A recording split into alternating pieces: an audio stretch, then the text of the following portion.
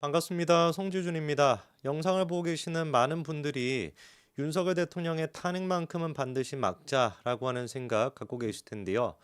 우리가 윤석열 대통령의 탄핵을 막자라고 하는 것은 그냥 단순히 대통령에 대한 개인적인 선호도 차원의 문제가 아닙니다. 오히려 거국적인 문제죠, 그렇죠? 근본적으로 처음이자 끝 모든 것들이 이유가 되는 게 뭡니까? 이재명이라고 하는 저 찌재명만큼은 반드시 막아야 된다. 그게 우리가 가지고 있는 근본적인 생각이겠죠. 저는 그래서 지난 총선 때도 그랬고 지지난 총선 때도 그랬고요.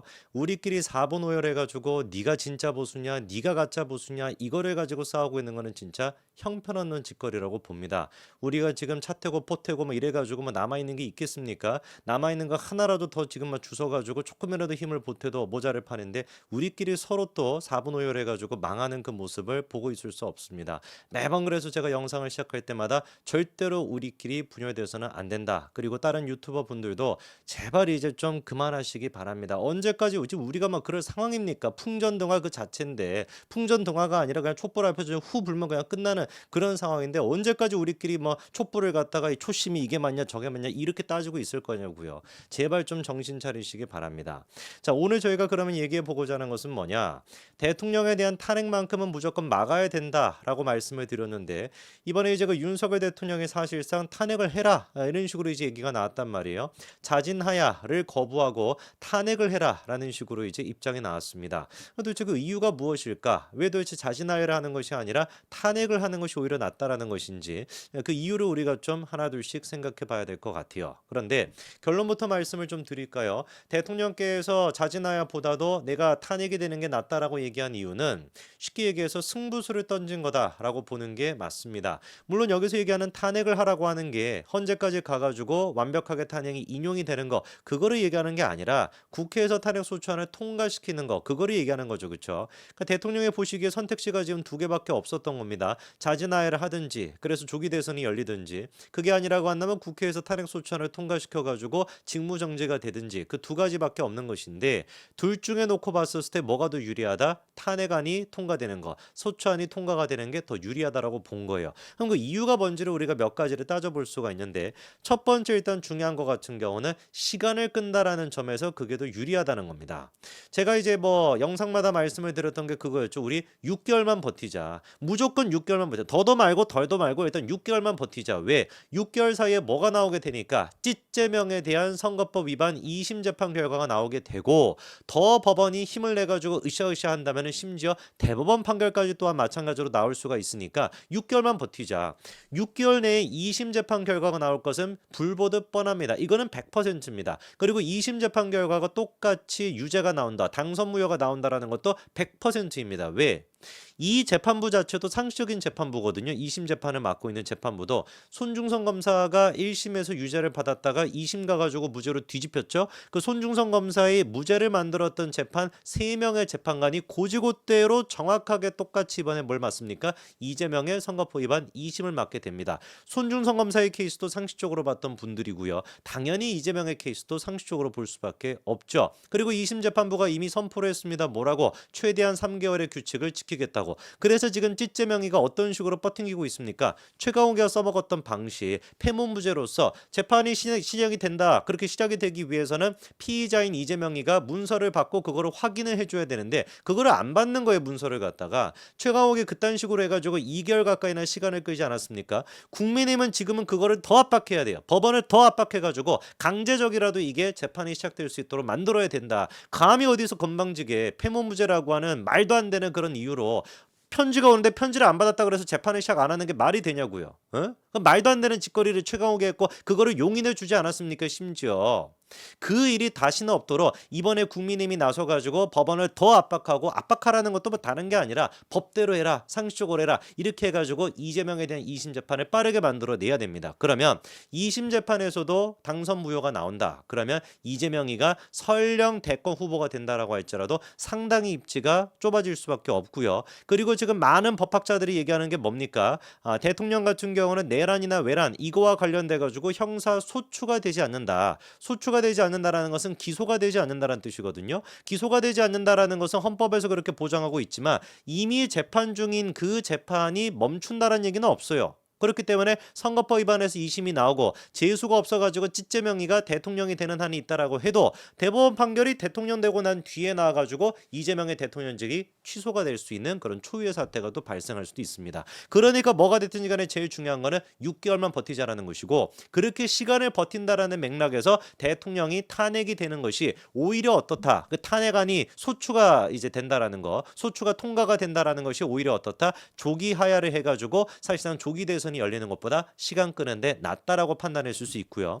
두 번째 같은 경우는 뭐냐, 민주당 쪽에서는 지금 이제 개헌법을 근거로 들어가지고 윤석열 대통령이 내란죄를 저질렀다 이렇게 주장하고 있습니다. 실제로 개헌법 2조를 보게 된다면 뭐라고 나와 있냐, 비상계엄은 대통령이 전시사변 또는 이에 준하는 국가 비상사태 시 적과 교전 상태에 있을 때 계엄을 선포한다라고 나와 있다. 요거를 많이 들어보셨죠? 그러니까 분명히 개헌법에 따르면 뭐라고 나와 있어요? 전시나 사변, 그리고 또 국가 비상사태, 적과 교전, 이거는 그냥 통칭하면은 전쟁이 났다 이겁니다. 내전이나 전쟁 이런 경우에나 계엄을 선포해야 된다 이렇게 이제 나와 있는데, 요까지밖에 언론들이 얘기를 안 해주다 보니까 뒤에 있는 얘기를 잘 몰라요. 무슨 말인지 아시겠습니까? 많은 사람들이 그냥 뭐라고 생각하냐, 전쟁 났었을 때 이게 지금 뭐 전시사변 이럴 때만 계엄을 선포하는 것인데 이게 무슨 전시 상황이냐, 그러니까 지금 윤석열 대통령이 내란죄가 맞네 이렇게 생각하는 경우가 많죠. 그런데 반전이 뭐냐, 그 뒤에 뭐라고 적혀 있냐, 교전 상태에 있거나는 뭐예요? 오어잖아요. 오어, 엔드가 아니라. 그러니까 전시사변 또는 이에 준하는 국가 비상사태 시 적과 교전 상태에 있거나, 5어 사회 질서가 극도로 교란되어 행정 및 사법 기능이 수행이 현저히 곤란한 경우, 이 두 가지 케이스일 때 뭐 할 수 있다? 계엄을 선포할 수 있다. 엔드가 아닙니다. 있거나기 때문에 오어란 말이 오어. 요거거나 요거 둘 중에 하나가 됐었을 때는 계엄을 선포할 수가 있는데, 두 번째 케이스가 뭐라는 겁니까? 사회 질서가 극도로 교란되어서 행정과 사법 질서가 완전히 엉망진창이 돼 있다라는데, 그게 지금 뭡니까? 찌재명이가 만든 상태 아닙니까? 사회에 지금 이제 행정 시스템이 어떻게 돼 있어요? 탄핵을 갖다가 23명이나 있습니다. 이게 뭐 정상적으로 돌아갈 수 있습니까? 모든 것들이 다 탄핵이 돼가지고 심지어 헌법재판관 또한 마찬가지로 헌재가 지금 마비가 됐다라고 정청래를 꾸짖기까지도 했습니다. 행정 시스템 분명히 마비가 돼 있고 사법 또한 마찬가지로 마비가 되어 있죠. 그렇기 때문에 개헌법 2조 2항에 따르면 전시나 사변뿐만 아니라 이런 식으로 행정과 사법이 마비가 됐었을 때도 계엄을 선포할 수 있다고 나와 있으니, 찌재명이가 행정과 사법을 갖다가 마비시켰다 이런 식의 논리를 대통령께서 생각하고 이 지금 헌재 재판관한테 이거를 호소할 가능성이 분명히 있다라는 것이죠. 그리고 또 내란죄의 근거라고 민주당이 얘기하는 게 국회를 진압하려고 하지 않았냐, 표결을 이제 막으려고 했다라는 것인데, 이게 이제 사실 제일 중요한 포인트입니다. 곽종근 특수전 사령관이 얘기하는 게, 윤석열 대통령이 자기한테 전화를 걸어가지고 빨리 국회에 문 부수고 들어가서 의원들을 다 끌어내라 이런 식으로 이제 지시했다라고 곽종근 사령관이 주장하고 있죠. 그런데 지금 대통령실은 뭐라고 했습니까? 뭔 소리냐, 국민들이 다 지켜보고 있는데 국회의원을 어떻게 끌어낼 수가 있냐라고 부정했습니다. 그 얘기를. 우리가 그때 생각을 해보더라도 뭐 오래된 일이 아니니까 12월 3일이니까 그때 당시에 처음에 언론 보도가 나왔던 것은 국회가 폐쇄가 됐다는 얘기가 있었거든요. 기억나시죠? 그렇죠? 국회가 폐쇄가 됐다는 보도가 분명히 있었습니다. 그런데 그로부터 한 10분 정도 지나고 난 뒤에 의원들은 어떻게 했다? 신분을 확인하고 난 다음에 안으로 들여보내줬다라고 하는 거 여러분 아시잖아요. 그래서 민주당 애들이 실제로 뭐 그렇게 190명 가까이가 들어가가지고 그 야당 애들까지 195명이 들어가가지고 표결할 수 있었던 거 아닙니까? 분명히 그러다 보니까 대통령께서 국회를 완전히 폐쇄시킬 생각이 끝까지 있었는가? 처음에는 있었다라고 할지라도 그거를 끝까지 유지를 했는가? 만약에 끝까지 유지했다라고 한다면은 폐쇄된 상태에서 국회의원이라고 해도 안 들여보내줬어야 되는데 왜 국회의원은 들여보내줍니까? 그러다 보니까 제가 봤을 때는 지금 곽종건 사령관이 얘기하는 거 그게 얼마나 근거가 있는 얘기인지는 모르겠지만, 만약에 객관적인 증거가 있었다라고 한다면 진작에 공개를 했을 것이고, 객관적인 증거가 없다라고 한다면 대통령실이 지금 주장하는 것처럼 실제로 이게 내란죄가 성립이 안 될 가능성도 분명히 저는 있다라고 봅니다.